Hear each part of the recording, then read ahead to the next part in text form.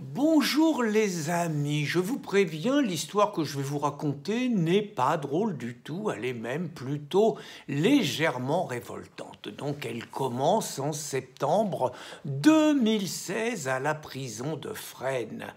Ficenu Sako, un Français, mais aussi malien, son père il était malien, il est né en France, il est donc franco-malien, il sort de prison après 7 mois d'incarcération. Il a fait des petites bêtises, il a fait des vols avec des violences, des trafics de stupéfiants, et puis surtout on dit qu'il est schizophrène et qu'il a un état psychiatrique qui empêche de le maintenir plus longtemps en prison. Alors, il est réceptionné à Valence par les gendarmes qui veulent l'amener finalement aux urgences pour des tests de psychiatrie.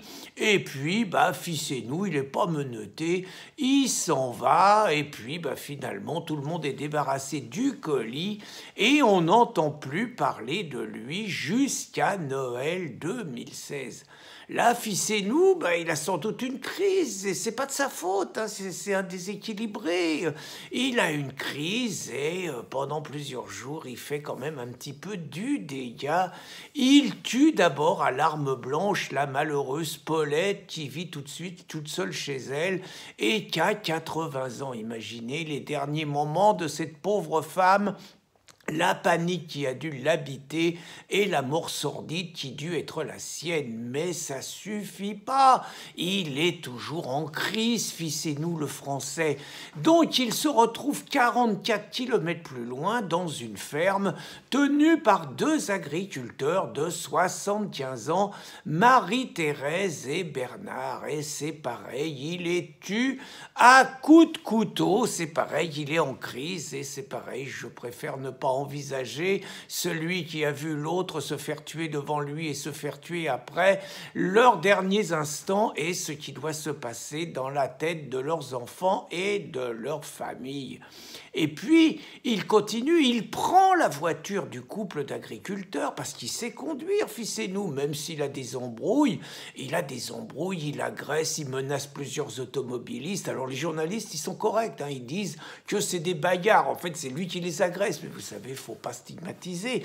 Et donc il met un coup de couteau quand même à une personne qui est là au mauvais moment et il massacre à coups de pierre une pauvre femme de 65 ans qui décédera sous la violence des coups. Il ne sera, ficez-nous, jamais placé en garde à vue. Il ira en psychiatrie et récemment, à son procès, les psychiatres, ils ont décidé qu'il était totalement irresponsable et qu'il serait jamais jugé. Alors, il n'a jamais dit un mot, hein, ficez-nous, pendant le procès.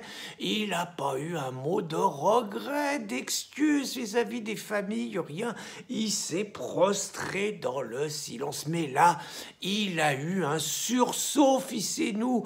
Il a fait une lettre aux 4 familles des vieilles personnes qu'il a tuées.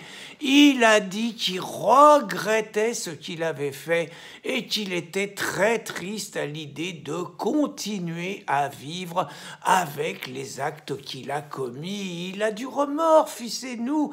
Apparemment, les familles, elles ont l'air d'avoir un peu des doutes sur l'authenticité du courrier, tout ça.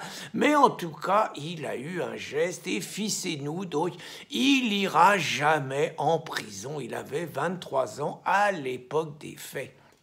Alors, il y en a un autre, c'est plus compliqué pour lui. Lui, il s'appelle Guillaume, il a 26 ans. Alors, il n'est pas très net non plus, apparemment, hein, mais lui, il a appartenu à des groupes nationalistes dans les années 2013, des groupes nationalistes très violents, sans doute très méchants, sans doute très racistes, sans doute très fascistes et tout. Et alors, c'est en douille sur des jeux vidéo. Il a écrit qu'il avait des velléités d'attaque à l'explosif contre des cibles choisies. Alors il parlait de députés en marche, il parlait de mosquées, de synagogues, alors il disait qu'il avait besoin d'une arme, il voulait absolument une arme semi-auto et il disait qu'il voulait buter un maximum de personnes, mais il visait surtout les représentants des minorités, par exemple les homosexuels, par exemple les Noirs, les Juifs, les Arabes, qu'est-ce qu'il y a comme autre minorité, les Rouquins, enfin bon, je sais pas, manifestement, il en voulait aux minorités, c'était elle. Alors, lors du procès, finalement, il a raconté que il fantasmait quelque part, il fantasmait à l'idée de passer pour quelqu'un de dangereux, mais que finalement, il se faisait son cinéma et qu'il avait jamais eu l'intention de passer à l'acte, il se faisait juste son cinoche. Eh ben, les juges, ils ont pas cru ça. Ils ont dit que c'était quelqu'un de dangereux et y ont collé 7 ans de prison ferme, alors que lui, il avait tué personne, mais qu'il avait seulement déliré, contrairement à Ficenu, qui lui, quand même, a tué à l'arme blanche 4 personnes. Et encore, le Guillaume, qui se plaigne pas, il prend que 7 ans.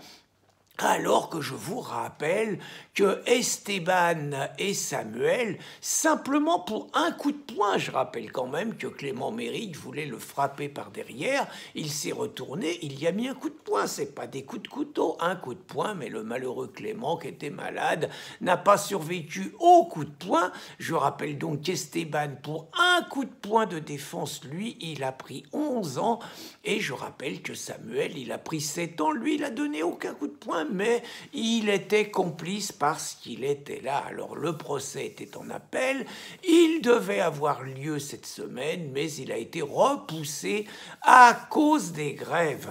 Donc tout ça pour vous dire que si c'est nous, donc il ira jamais en prison, que Guillaume il est condamné à 7 ans et que dans le meilleur des cas il en fera 5 quand même, et que Esteban et Samuel on sait pas.